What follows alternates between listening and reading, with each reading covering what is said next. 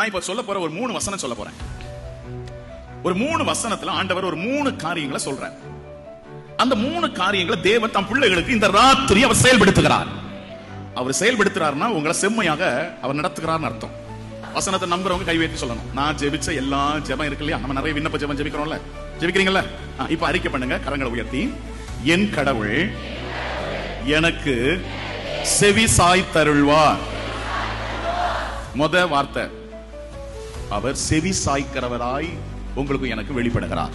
இரண்டாவது வார்த்தை ஆண்டவர் இந்த வசனத்துல தாராரு, நம்பிக்கையால் உண்டாகும் பெருமகிழ்ச்சியாலும் அமைதியினாலும் உங்களை நிரப்புவாராக.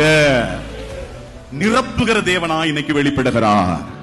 மூன்றாவது ஒரு காரியத்தை அப்பா ஒரு வார்த்தையை இந்த வசனத்திலிருந்து வெளிப்படுத்துறார், நிலைத்திருக்க செய்கிற தேவனாய் அவர் வெளிப்படுகிறார். அந்த 3 வார்த்தைகளை திரும்ப சொல்லுங்க. செவி சாய்க்கிறவர், நிரப்புகிறவர், நிலைத்திருக்க செய்கிறவர். இது ஆண்டவர் தாம் பிள்ளைகளுக்கு செம்மையாய் செய்கிறார் காரியங்களை சொன்ன இல்லையா? எப்படி செம்மையாய் செய்கிறார்? தாம் பிள்ளைகளுடைய ஜெபத்துக்கு அவர் செவி சாய்க்கிறார். இரண்டாவது, அவர்களை நிரப்புகிறார்.